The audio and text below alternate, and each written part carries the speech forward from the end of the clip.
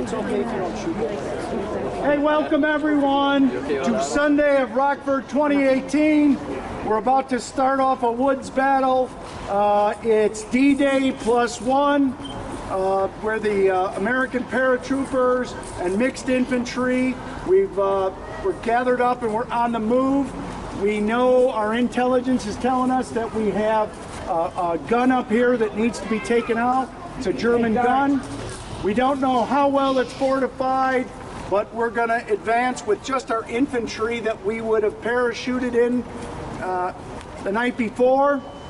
And obviously this fortification's pretty well manned, and we will do our best to knock it out and keep advancing towards Paris.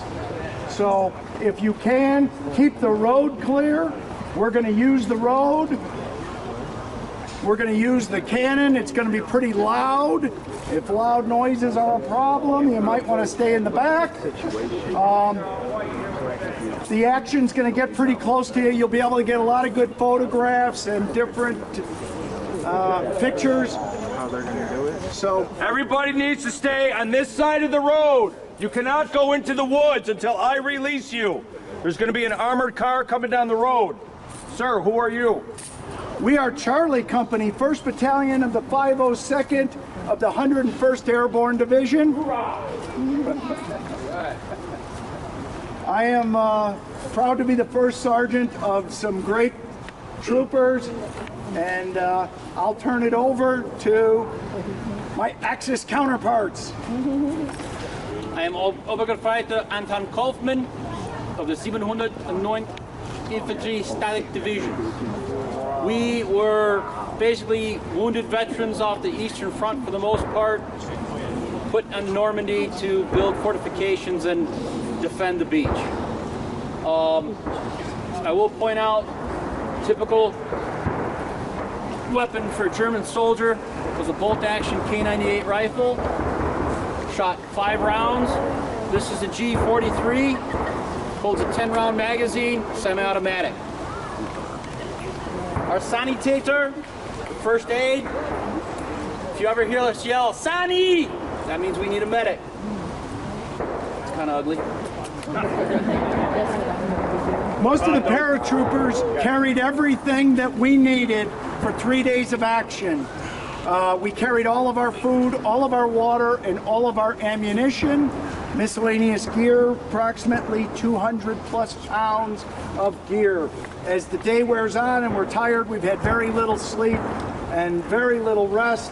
We're dropping our gear and using a lot of ammunition to keep advancing on the Germans, keeping them on their toes. We are waiting for resupply from the infantry that's coming off the beaches in Normandy.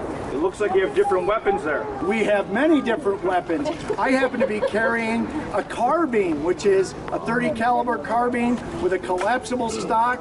Makes it easy to jump out of an aircraft with, and when I get on the ground, I can open it up. My corporal here has a grease gun. Once again, you see the collapsible stock. It's in a submachine gun. Gives us nice little firepower when we need it. My sergeant to the right here has a Thompson submachine gun. We carried these, and once again, nice firepower, all in the machine gun range, and a variety of different rifles will be coming up. The Garand was another very popular weapon. All of us are with Charlie Company of the 502. Our helmets are marked with a heart to show that we are all of the 502nd. Each infantry regiment carried a different sign on their helmet to identify them. Our eagle on our patch is known as Old Abe, and each one of us carry this on our left shoulder. German squad consisted of 10 men for an infantry squad, based around the machine gun. This is an MG42, cyclic rig, 1,200 rounds a minute. They called it Hitler's buzzsaw. The GIs were absolutely terrified of this thing, and I would agree with them. Yeah. It kind of looks like an M60. We're gonna go there. The top cover was taken for the M60. Exact copy. I know that. It sounds like corduroy ripping when it's fully automatic. It's fully automatic. Semi-automatic. sorry. The earlier version, the MG34, the predecessor to the 42, had full auto and semi-auto, about 600 rounds a minute. This, in real life, would be full auto, and that's it. You were trained to fire 3-round bursts, but normally as a psychological weapon, they would fire Was it 1,000 rounds a minute or something like that? 1,200. 1,200. You had the barrel, with all that lead going through the barrel, would get hot. You had to have a quick change option on the barrel. Quick change barrel, you flip this lever out, the barrel kicks to the side, you had a hot mitt, which you don't have. You had a hot mitt, asbestos pad, which you pull out the barrel. Your assistant gunner would carry 1 or 2 barrels with him at all times. The ammo load, if you see an infantry squad going into battle in the German army, everybody had ammo on them. And they would drop it off to the machine gunner as they went forward. Thank you, gentlemen. Take your places.